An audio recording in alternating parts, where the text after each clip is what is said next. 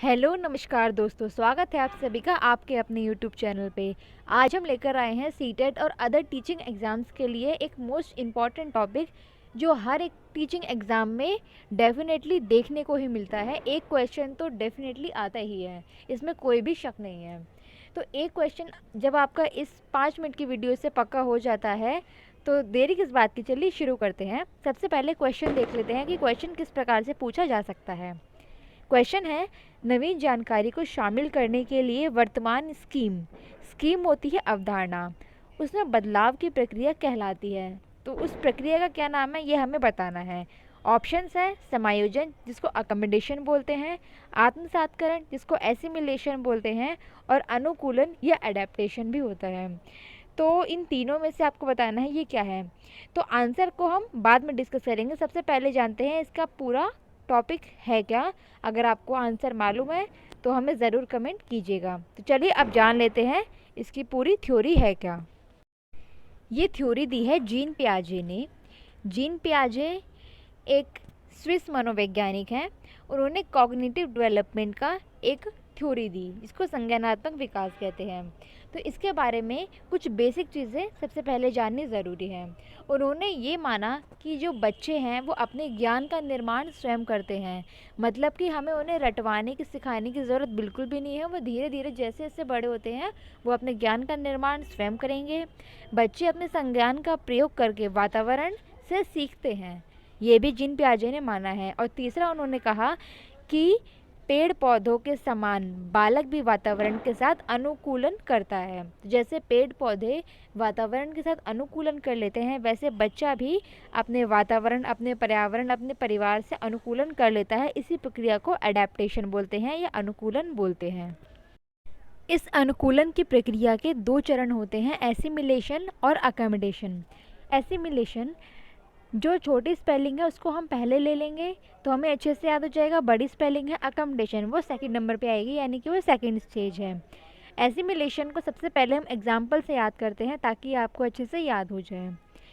जब किसी बच्चे ने एक जानवर को देखा जिसके 4 पैर थे, तो उसने देख के अपनी मम्मा से पूछा ये क्या है। तो उसकी मम्मा ने कहा कि ये एक डॉगी है।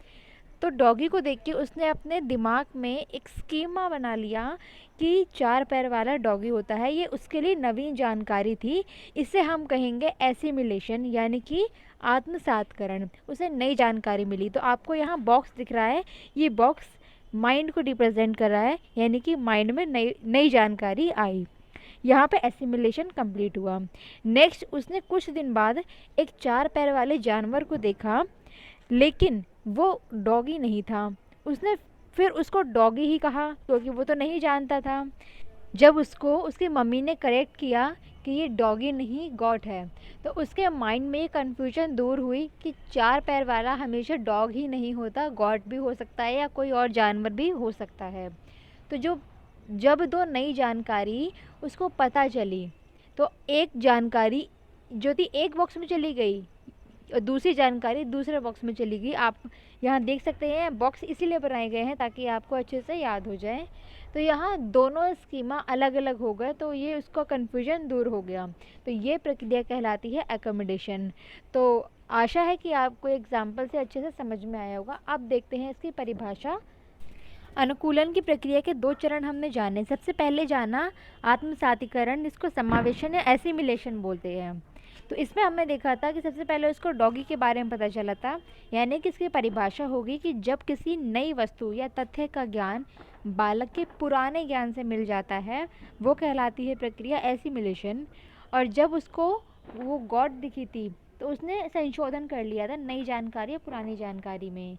तो ये प्रक्रिया जो है, ये नवीन जानकारी को शामिल करने के लिए वर्तमान ज्ञान में संशोधन की प्रक्रिया अकोमोडेशन कहलाती है।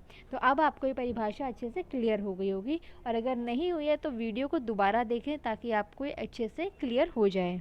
अब इसके अलावा कुछ फैक्ट्स हैं जो 1 मार्क्स में पूछे जा सकते हैं। तो सबसे पहले है कि स्कीमा किसे कहते हैं। वातावरण द्वारा अर्जित ज्ञान का संगठन स्कीमा कहलाता है। अपनी सेंसेस के माध्यम से, यानी कि अपनी पांचों इंद्रियों के माध्यम से हम किसी भी रंग रूप आकार की कोई भी इमेज माइंड में सेट करते हैं, वो ही स्कीमा कहलाती है। तो अब आपको स्कीमा अच्छे से क्लियर हो गया होगा, यही ज्ञान का संगठन होता है। दूसरा, एसिमिलेशन और अकोमोडेशन के बीच में जब संतुलन स्थापित करना होता है तो उससे हम इक्विलिब्रेशन या साम्य धारण कहते हैं। क्वेश्चन आ सकता है कि साम्य धारण क्या है, तो एसिमिलेशन और एकोमोडेशन इन दोनों को हमने समझ लिया। इन दोनों के बीच में जब संतुलन स्थापित किया गया वो ही इक्विलिब्रेशन कहलाता है। नेक्स्ट है आत्मसात्करण, जिसको एसिमिलेशन बोलते हैं, उसके लिए जैविक परिपक्वता ज़रूरी होती है। नेक्स्ट है बच्चे के संपूर्ण विकास के लिए एसिमिलेशन और अकोमोडेशन दोनों का होना ज़रूरी है। तो दोनों ही प्रक्रिया जब पूरी होंगी तभी अनुकूलन बच्चा कर पाएगा। तो यहाँ हमारी ये पूरी थ्योरी कंप्लीट होती है। आज आपने एक मोस्ट इम्पॉर्टेंट टॉपिक को लर्न कर लिया है, बिल्कुल एक शानदार ट्रिक से। अब जो हमने स्टार्टिंग में क्वेश्चन किया था उसका आंसर भी देख लेते हैं। क्वेश्चन था हमारा, नवीन जानकारी को शामिल करने के लिए वर्तमान स्कीम में बदलाव की प्रक्रिया क्या कहलाती है? तो ये प्रक्रिया कहलाती है अकोमोडेशन।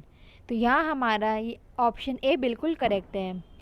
अब आपको कमेंट करके बताना है कि जीन पियाजे किस देश के मनोवैज्ञानिक थे।